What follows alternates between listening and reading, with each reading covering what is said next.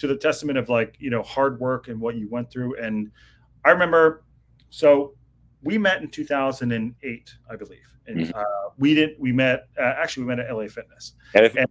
And this is a lot, but I didn't have a towel. This sounds weird. This is real true, but the truth of the matter is, I didn't have a towel at the gym. And you said, "I'll give you a towel," and you gave me a towel.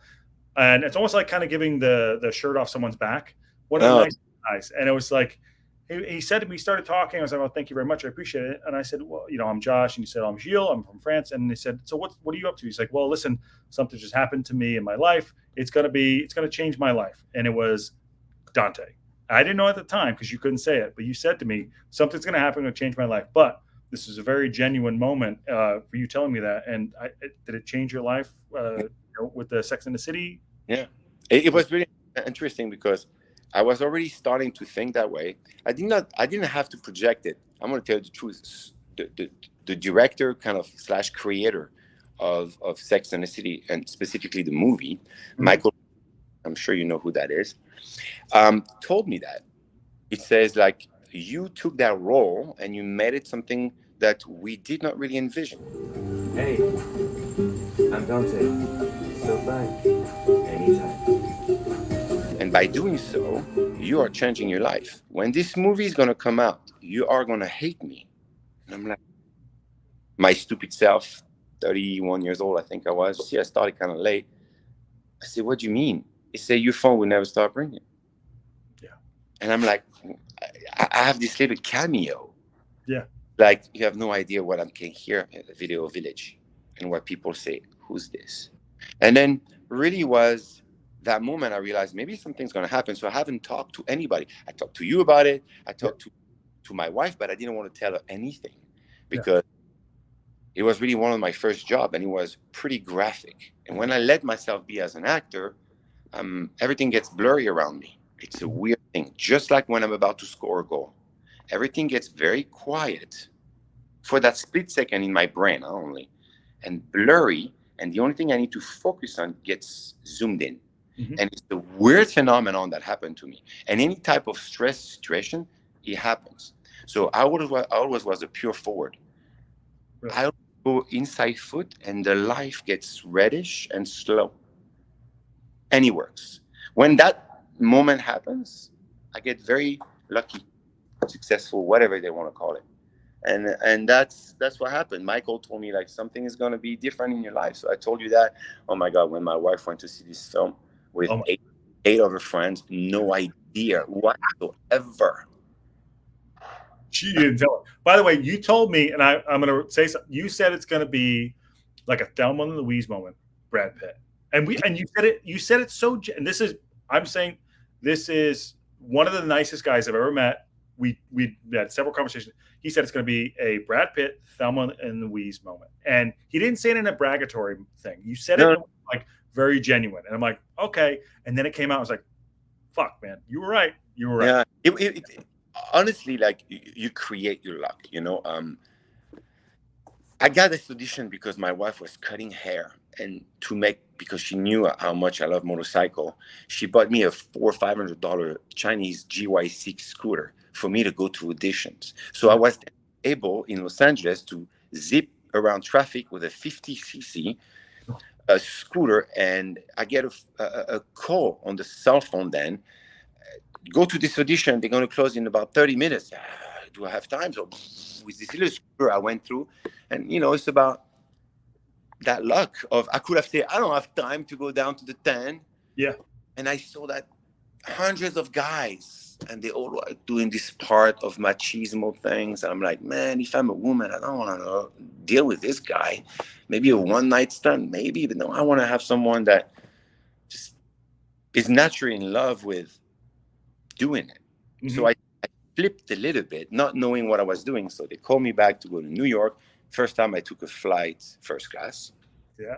That's a big deal. My stupid self in the morning, I say, before the callback, I say, oh, a boxing gym. I should go. I got punched. What? Yeah, I get to the audition. I told nobody that. I'm like, oh, man, I could feel it. And then I had to show up with a jock strap. It was like, oh, my God. Ah, It was sitting down with like 10 executive in this huge place. There was no sense why it was so big. I was like livid. Go down the stairs and John Melfi called me, the exec producer, and say, "Hey, believe that you get this job. Congratulations." I asked the taxi to stop me.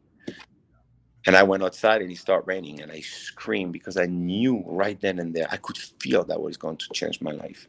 Not even filming it, but I could tell. Yeah. Like I said, the most genuine thing you told me at that time, I was like, all right, cool. And then that kicked off your career, and you were on Brothers and Sisters. You did 92 episodes of Days of Our Lives. Switch at Birth was also amazing. Switch at Birth. I mean, and then obviously, you were on Dancing with the Stars twice, which won the first one. I think you should have won the first one, right? I should have, maybe that's what people say, but I'll say it. You should have won the first one. Josh, I think this is the type of show that when you win, people say, if you deserve to win, people say, what? He deserves to win. Good on him. Yeah, I whatever, if people vote or not. Good on him. And then you don't matter no more. But if you were the one that was supposed to win, and they're like, let's not make this guy win, then the people wants to see you more. So as much as they, juggle this show, when the show will be done, everybody will understand. You in better position because I had a friend who even told me, like, in the final, he said, "I want to break your leg, Joe. I don't want you to win this." Like, he's a dancer, dude. You never danced.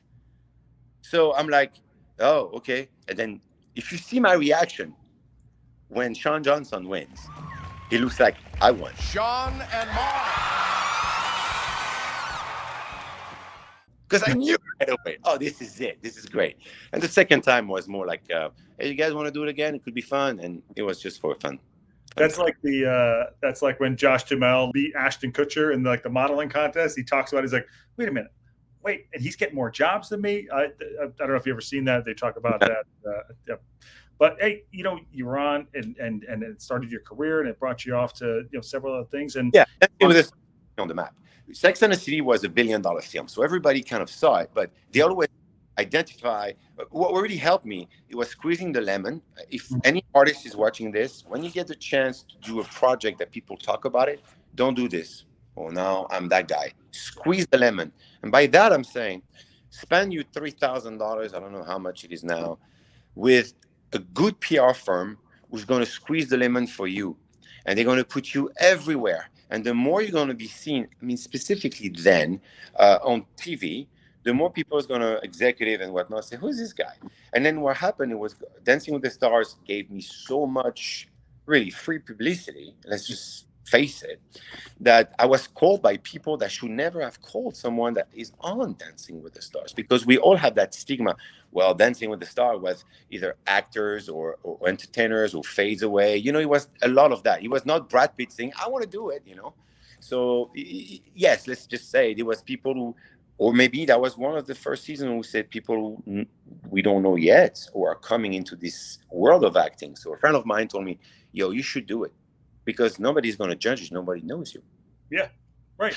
That's really what happened. And then from there, imagine you sit down, you just finished Dancing with the Stars, and you sit down around a table on Brothers and Sisters set with Oscar winners, Golden Globes, Emmy winners, Tony winners, every winner around the planet. And the only award I had, I promise you, this is not a joke, is an ass award that Bravo gave me for Best Rear of the Year. I can't. Josh, I'm right here. Sweating so much, I'm going to tell you the truth. I'm sweating so much. Table read, right? Yeah. I have balls of toilet paper under my armpit because I'm leaking. And Sally Field is here.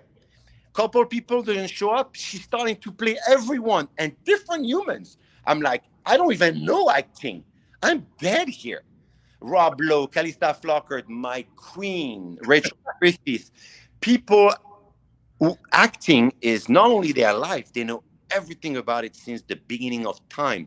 Yeah. I remember shockingly that I was a lot of time, I'm going to tell you the first time, Josh, I'm excited because I'm talking to my buddy. I, That people don't I'm trying to. My face is going red. I'm just trying Yeah, to. literally, I'm here. I'm listening to Matt Reese, that is an intellectual and a brilliant human being at every level, Yeah. talking about philosophy and people that I have never heard in my entire life. And I'm like, oh yeah, of course. Sure. I'm acting at every moment of every step and any time.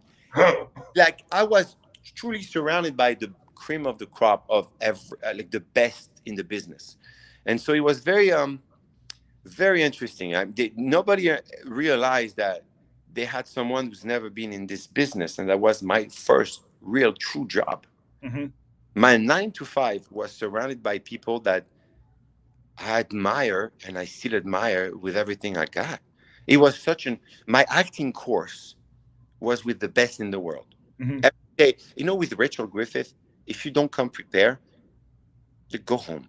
Yeah. There's not like I give you a second chance because she's serious with her craft and a very intelligent woman. Rachel is one of those people that when she talks, she thought about it. She thought about it so much that she knows that whatever things you're going to talk about it, she has a counter. Mm-hmm. She's the most brilliant woman I've seen in my life. Wow. So you are the counterpart. And I remember that during the season before, 3 guys went in and went out. Really? And those guys were actors. Yeah. I'm like, I'm dead in the water, but I'm going to do everything possible to not only do my job well, but bring a good atmosphere around me and love. And he worked amazing. That's the first time I ever got a contract. Was that the show, or was that the moment where you had the moment where you got outside yourself and it was like, okay, this is my life, this is what we're doing? Was that moment, or did you have that earlier on in your career? When was No, that? you right. You're absolutely right because it was an episode. I'll never say that.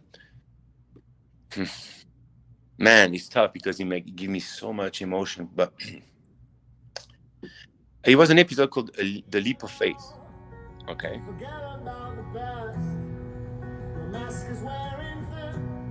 Do you have any regrets? Not today.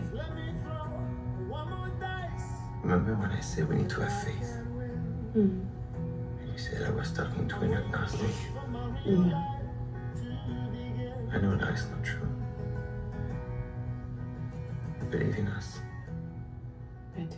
I just finished Dancing with the Stars, and they give you a big sum of money, I have to say, that I have never looked at. Remember when I said I was making $190 a month? Yep. And it was like, oh my God, my entire family has never done this money in their entire life combined, and I'm making this as here because you showed up. I was like, what am I going to do with this? Well, you won the Ass of the Year award, though. And the Ass Award didn't bring me nothing, but just a lot of it. And I still have it right here. We thank God with our awards. But so the Leap of Faith episode on Brothers and Sisters coincided with my wife and I looking for homes to maybe buy. We are scared shitless because it's not what we do. She's come from a project, I'm come from the other project on the other side of the town. We both never been really to school, and we both hand workers. My wife is a hairdresser, I'm a baker. So it's very complicated to say, oh, hold on, here's some money, you can buy your own house. That was like, which world? I'm not deserving of that. It was not my social life around. It was always struggle, live and die. Mm-hmm. So it was like, what is happening? This is happening to me. And then keep in mind, no other French people has done that before. I was really specific and special for the world. Like in France, they thought I was Italian. In Italy, they thought I was Greek. Greek. Yeah. You said it, Greek. It was crazy. It was, who's this guy from? So the Leap of Faith was at the same time when I was in New York doing The View. And it was this house that we always hike with my wife in 2009. And she always said, oh, look at the big, beautiful white house in the hills. My God, those people. And I saw a sign for sale. So the guy somehow made a lot of money during the worst time of the economy in 2008 and 9. And he said, I'll give you this for that. And I signed a couple things, and it worked out. And I did only that because I was reading this script called The Leap of Faith from Brothers and Sisters, and I was set to say, no way, I will not do this. I'm gonna fall flat on my head. 2 months from now, I'm gonna have a job, and I'm going back to a scooter for $400, going to get audition. And by the way, all of you guys out there, it happens. It doesn't matter if you are becoming someone who's wealthy and doing really well as an actor. This can be removed very fast in this industry. We know it right now with this strike. Yeah. About it later. But I just pulled the trigger because the title of the show was The Leap of Faith. It was completely out of a weird sign, and I kept the script. I have it here. Yeah, I mean, it was like, either you do this or you don't. Okay, you end up now, you're 30 years old, let's go. Sometimes you have to say yes, even if it scares the shit out of you. You got to go and do it. And you know, true to your past and what you've been through, and you know, hardworking. A lot of that. I mean, we've been out here a long time. A lot of that, like, it's like people lose sight of it. If in my 20s, I haven't made it, but like in my 20s, if I had made it, I came in as an actor and a writer. If I had made it in my 20s, I would have pissed it away. I didn't know, but Exactly. now, 30, 40 now, I see things a little differently. But you had the wherewithal at 30 years old to be like, hey, listen, I got to go for it and take it. And you see the signs, you know, and you see the signs. So yeah, you have to go with what you feel and how you feel it, because then the regrets are stronger than falling flat on your face. I swear to God, I done it many times, and every time I hesitate or I didn't follow my guts. So please, guys, follow your guts for sure.